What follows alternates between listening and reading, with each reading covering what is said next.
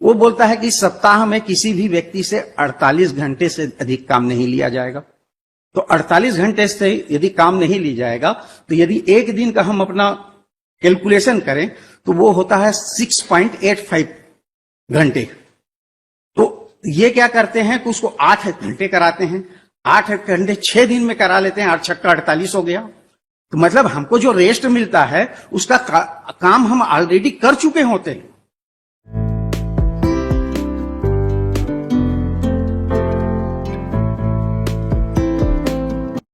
हाँ बताइए sir. Sir मूल रूप से याचिका जो है साप्ताहिक अवकाश का है, जो माइंस एक्ट 1952 की धारा 28 साप्ताहिक अवकाश विथ पेमेंट होने के संबंध में है।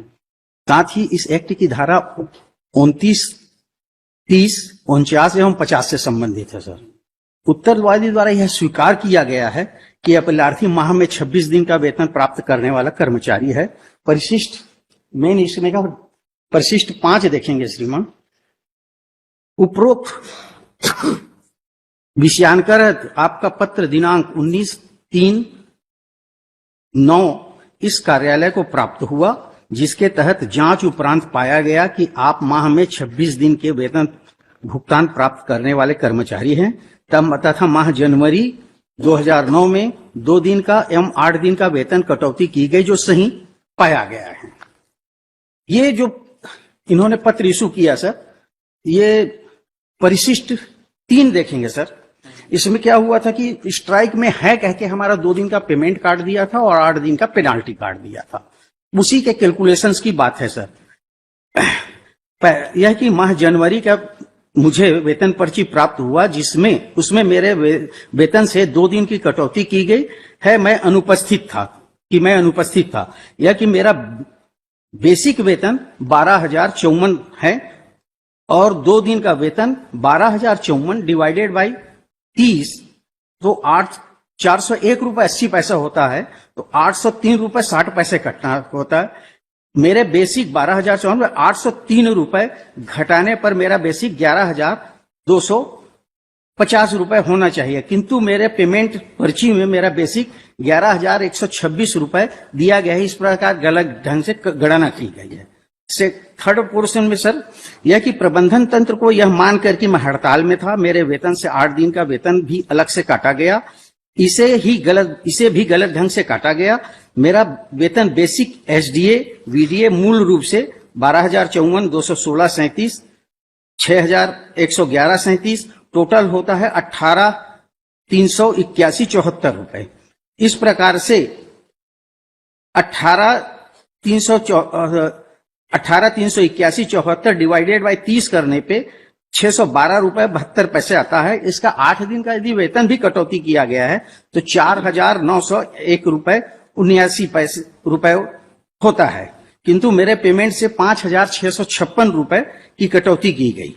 ये हमने उनको पत्र लिखा था कि आपने क्या नाम से जो काटा है वो गलत काटा है। तो उसके आधार पे ही इन्होंने क्या नाम से परिशिष्ट 5 कही कि आप माह में 26 दिन का वेतन प्राप्त करने वाले कर्मचारी।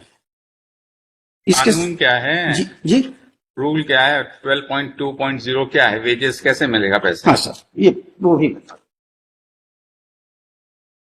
वही बताइए आप। बाकी तो अपना है जो लर्नर सिंगल जज के ऑर्डर में क्या खामी है ये बता दीजिए कि उनका क्या चीज उन्होंने गलत डिसाइड किया, उसी पे हमको आपको बताना है। बाकी क्या मतलब 2.2 सर।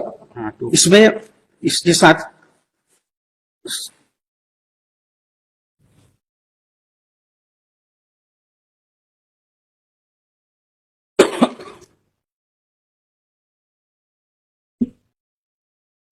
मैं इस किताब से बोल देता हूं सर, किताब में भी लगा हुआ है। हाँ बता दीजिए, ऑर्डर में भी कोटेड है जी। सर इन्होंने क्या नाम से मिनिमम वेज निर्धारित किया गया, एक जेबीसीसीआई कमेटी बनाया और एनसीडब्ल्यूए के अंतर्गत जेबीसीसीआई से, तो उसमें उन्होंने ये दिखाया कि बेसिक पे जो पहले का नाम से 312 रुपए 46 पैसे था, रिवाइज करके 321 रुपए 54 पैसे हुआ। इसी को मंथली में कन्वर्ट करके वो बोलते हैं कि जो पहले 5,550 रुपए था वो 8,360, और इसका जो टोटल है सर वीडीए अगर जो सब मिला करके वो टोटल होता है सर, मैं जो रिवाइज हुआ उसी को बोल देता हूं, 359.46 एक दिन का और ₹9,346.06 का। इसको क्या नाम से मल्टीप्लिकेशन करेंगे सर तो 26 दिन में ही महीने का वेतन बनता है।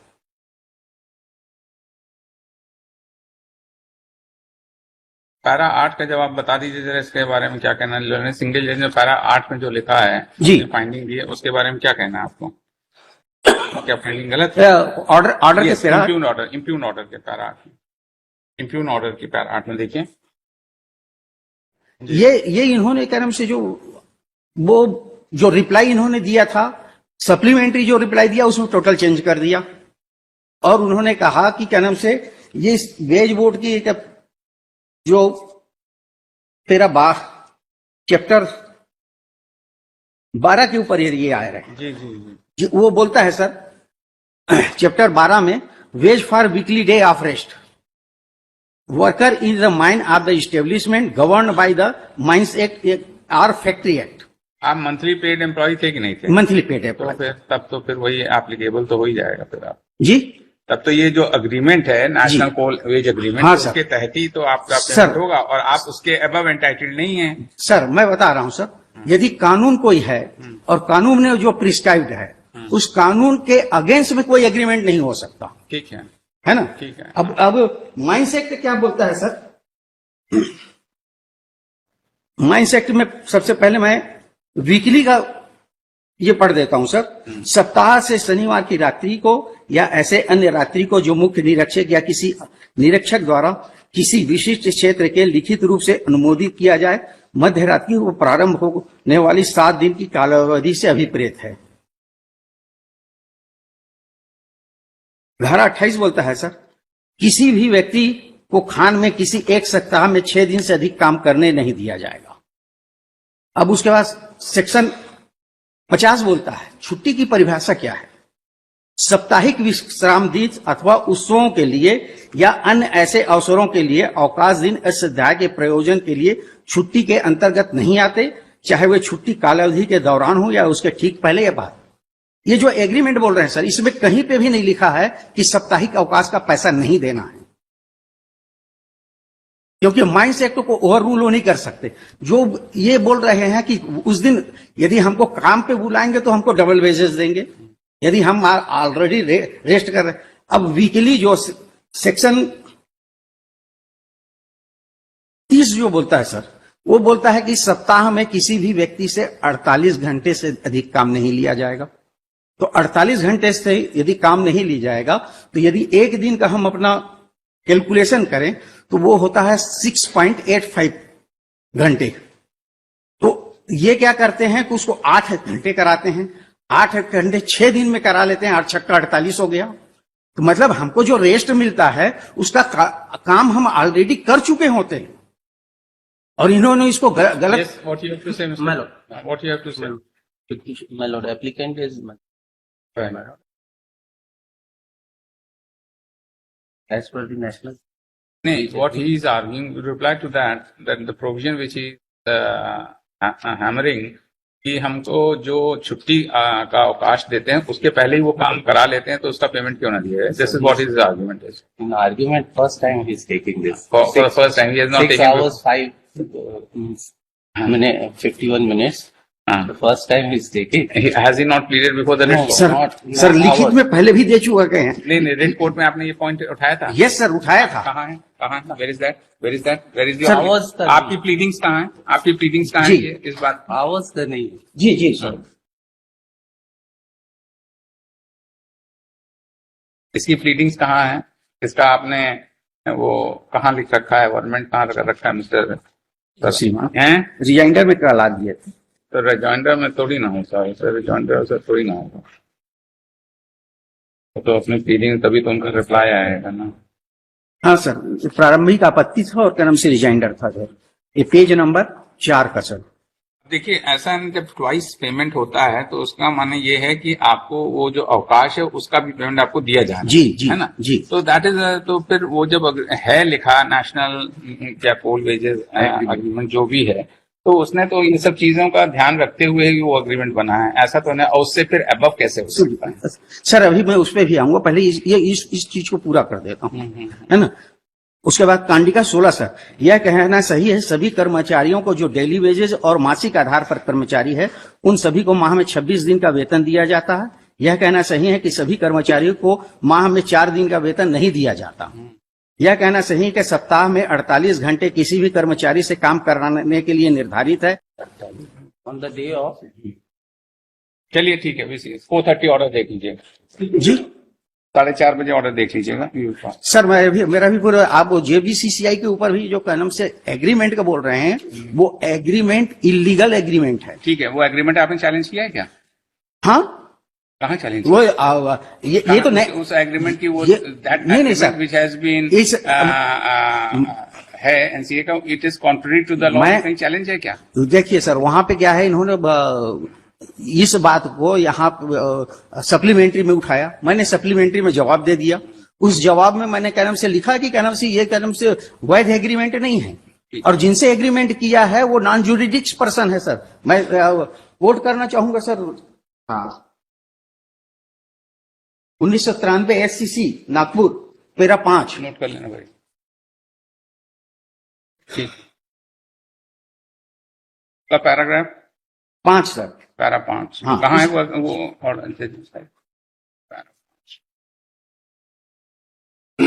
बॉम्बे हाई कोर्ट, पैरा 5 जी। An interest in the interesting question does arise this appeal of the for determination determination and that the question is related वाला पोर्शन आप वो लाइए जो रेलिवेंट है पोर्शन। ये वहां पे स्वीकार कर रहे हैं कि यह रजिस्टर्ड यूनियन, आर्गूमेंट के समय स्वीकार कर लिया कि हम रजिस्टर्ड ट्रेड यूनियन नहीं है। इनका जो कहना से जो बीसीसीआई जो बोल रहे हैं, जिसके ऊपर ये पूरा जोर दे रहे हैं सर, इसमें यही फेडरेशन लोग हैं और ये कोई भी रजिस्टर्ड नहीं है। और यदि मान लो कोई एग्रीमेंट होता है सर, इंडस्ट्रियल डिस्प्यूट यदि कोई आता है, क्योंकि इन्होंने मामला क्या नाम से उठाया वो सप्लीमेंट्री इसमें उठाया, इसके पहले उन्होंने नहीं उठाया था, इसलिए हम उस बात को क्या नाम से इसमें लिए नहीं थे। लेकिन सप्लीमेंट्री जब रिप्लाई दिया तो हमने उठाया और तर्क में भी उठाया, वो चीज एंट्री नहीं हुआ है। तो ये जो एग्रीमेंट है, ये यदि मान लो आईडी एक्ट सेक्शन 18 के अंतर्गत होता तो एक सुलह अधिकारी होता, यहाँ पे सुलह अधिकारी नहीं था। यदि सेक्शन P2P के अंतर्गत होता तो वहां पर भी क्या नाम से यूनियन बाहर है। फिर यदि सेक्शन 2 देखेंगे सर, तो यहां पे यदि ये एग्रीमेंट होता दो पक्षों के बीच में, और ये जो बोल रहे हैं कि ये जो है विदाउट भारत सरकार के नोटिफिकेशन के हुआ, ये अपने से जेबीसीसीआई बना लिए और अपने से कर लिया, कोई अप्रूवल नहीं। यदि ये अप्रूवल रहता, आईडी एक्ट के अंतर्गत यदि समझौता होता, तो सेक्शन 17 देखेंगे सर, सेक्शन 17 जो है, तो ये कोई भी एग्रीमेंट होगा तो वो नोटिफाई होगा राजपत्र में। ये जो है कहीं पर भी कोई नोटिफिकेशन इसका नहीं है। यदि नोटिफिकेशन अभी इन्होंने अपने प्रम्बल में लिखा सर कि हम ये जो एग्रीमेंट कर रहे हैं ये 15 केवल डेट दे रहे हैं, कोई लेटर कोई नोटिफिकेशन कुछ नहीं है। ये लिख रहे हैं 15 अगस्त 1967। इसके पहले इन्होंने अपने पहली बार इन्होंने इस चीज को रेस किया था अपने। अब ये जो चीजें आप बहस कर रहे हैं, ये रेड कोर्ट में तो बहस हुई नहीं, ये तो फॉर द फर्स्ट टाइम वहां पे देखिए ऑनलाइन हुआ था और वहां पे प्रॉपर बहस नहीं। तो ऑनलाइन हुआ था या ऑफलाइन हुआ था, इसका तो हमें नहीं है ना। कोरोना के समय हमारे सामने तो जो सिंगल जज ने लिख के दिया है उसी की हम को टेस्ट कर सकते हैं। नहीं, अब आप ये कह रहे हैं कि ये सब चीजें तो ऑर्डर में है नहीं, तो अगर ज्यादा से ज्यादा तो you can file a review petition if you want, if there were on record and that was not considered, तो यू शुड आपको रिव्यू पिटीशन फाइल करिए अगर आपको इस तक की बात है। वो तो नहीं, जो भी ये कह रहे हैं ये सब चीजें for the first time argument कर रहे हैं, तो उस पर तो कोई फाइंडिंग है नहीं। तो उन्होंने तो बस लिख दिया कि नेशनल कोल एग्रीमेंट के तहत इनका केस नहीं बनता है। तो that is what now he is saying that national coal agreement वो कॉन्ट्ररी टू लॉ है। तो वो सब तो कुछ इन्होंने चैलेंज नहीं किया वहां पर, उस पर कोई फाइंडिंग नहीं था। How can we entertain all these things? Mister Saraf, if you अगर आप चाहें तो अगर देखिए आप उसमें रिव्यू फाइल कर लीजिए, क्योंकि देखिए ये सब चीजें जो आप बहस कर रहे हैं वो जरूर आप कह रहे हैं कि इन्होंने सप्लीमेंट्री में लाया और आपने उसको उस तरह से रिजॉइंडर दिया और आप यहाँ हमारे सामने for the first time. Single जज का कोई भी फाइंडिंग इस बाबत नहीं है। उन्होंने तो प्लेन एंड सिंपल नेशनल सर कोल मैं एग्रीमेंट के तहत ऐसा सर ऑर्डर उन्होंने किया है हाँ, हाँ। ना ना रिजर्व करके मैंने रिटर्न मैं यहाँ पे रिटर्न जो दिया हूँ मैं इसके साथ में जो अटैच किया हूँ सर क्या ये- रिटर्न आपने दिया, रिटर्न क्या दिया आपने, हाँ ये रीट अपील में रिट अपील दीजिए, रीट अपील के पेज नंबर 15 प्रारंभिक सप्लीमेंट्री रिप्लाई। सप्लीमेंट्री इसके साथ में हमने रिटर्न भी दिया था उसको कहीं पर भी ना तो हमारे सप्लीमेंट्री रिप्लाई का कोई उल्लेख है और ना ही हमारा रिटर्न आर्गूमेंट का उल्लेख है सर। अब यहाँ पे ये क्या नाम बोल रहे हैं कि जो जेबीसीसीआई है उससे हम समझौता करते हैं लेकिन श्रम न्यायालय में इन्होंने क्या नाम से हमने बाद में उसको पेश किया था आपत्ति लगने के नहीं, तो बाद। अब यही है ना कि अगर, इसीलिए मैं आपसे ये कह रहा हूँ ना कि अगर आपका कोई भी कंटेंशन जो था जो रिकॉर्ड पे था and that was not considered by the Leonard Single Judge, then you have an remedy that you can file and get the order reviewed in the light of that your submissions. He can see to it what if your contention is correct, then he will pass appropriate orders. Otherwise, no. तो आप कहने से उसको ये करने सब paper तो पूरे हैं सर आप उसको भेज दीजिए हाँ, नहीं तो हम आप रिव्यू करने के लिए ऑर्डर कर दीजिए। नहीं, अगर आपका कंटेंशन होगा तभी तो हम थोड़ी ना ऑब्जर्व करेंगे कि आप रिव्यू करिए, क्योंकि हमारा लोग का हमारा तो हमारा निवेदन लिख दीजिए सर हाँ। और रिव्यू कर दीजिए। नहीं तो हम ये लिख देते हैं कि you want to file a review, that is all. Sir वैसे में पूरी प्रक्रिया और नहीं, पूरा सब फाइल करना पड़ेगा। नहीं, आप सिर्फ रिव्यू फाइल करिए, आप जो भी रिकॉर्ड तो आप पूरा है ही है। मेरा निवेदन है सर आप रिमांड कर दीजिए कि एक बार इसको रिव्यू कर लिया जाए। नहीं, हम इस तरह से नहीं करेंगे, it is for you, if you want. मेरा इंटरेस्ट है मैं तो बोल रहा हूँ सर यदि का नाम से अधिक और देखिए ये सर चीज आपका कंटेंशन जो है ये वहाँ कंसिडर नहीं हुआ, ये आप इसको- सिंगल जज के ऑर्डर की पूरी तरीके से समीक्षा करने के अधिकारी हैं सर। नहीं, अधिकारी हैं, लेकिन वो बात जो आप कह रहे हैं वो कंसिडर नहीं किया, इसके लिए तो- आपके पास एक रेमेडी है। तो इस सर ये तो सब डॉक्यूमेंट्स इसमें लगे हुए हैं, रिटर्न आर्गूमेंट तक का हमारा कहीं पे उल्लेख नहीं है। रिटर्न आर्गूमेंट में हमने कहा से इसी के आगे में जाएंगे सर तो रिटर्न आर्गूमेंट भी है हमारा।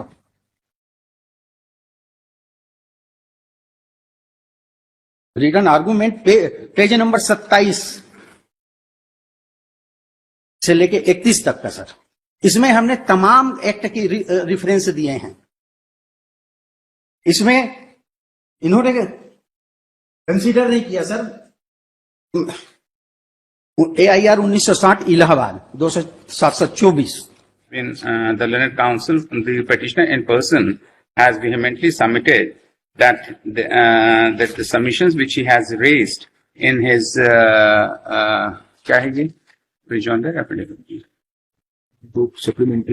supplementary rejoinder affidavit, wherein he has made several contentions, has not been considered by the learned single judge. A copy of the same has been annexed with the memo of appeal. Page 15. 15.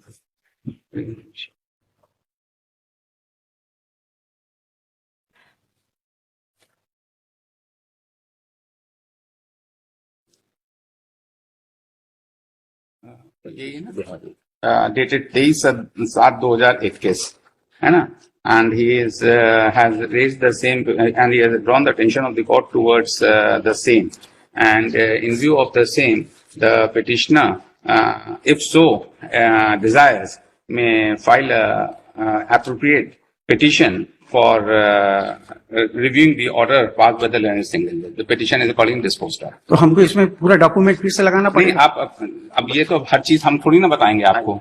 You Sir. have to see, you have to seek a remedy. You go, you have observed that you file है, you आप observe करके हमने इतना ही लिखा दिया है, इस पे आप जाकर करा लीजिए, उसमें नहीं होगा क्योंकि रिव्यू का पिटीशन है और उसी पे आप एक फाइंडिंग ले लीजिए। If the judge wants, he will reconsider his order. That is all. हमको रिव्यू फाइल करना पड़ेगा। Yes, हमने कहा if you desire, that is what आपके ऊपर छोड़ा है, that is what. नहीं, डिस्पोज ऑफ हमारे ऊपर मत छोड़िए सर, हमको नहीं तो हम नहीं कर कई बार सकते। केस होता है रिमांड होता है सर। नहीं, रिमांड हम नहीं कर सकते। अगर आप करेंगे तो then we will pass orders on merit, that is all. We give you an opportunity that what are you raising a point, it was on the record, the learned single judge did not consider the same, and there is no finding on record. So therefore, it is better for you, you go and before the single judge, file a review petition or so if you so desire and get the order reviewed. Let us see what orders he pass. ठीक है ना? That is all. चलिए next case. Item 2, Sri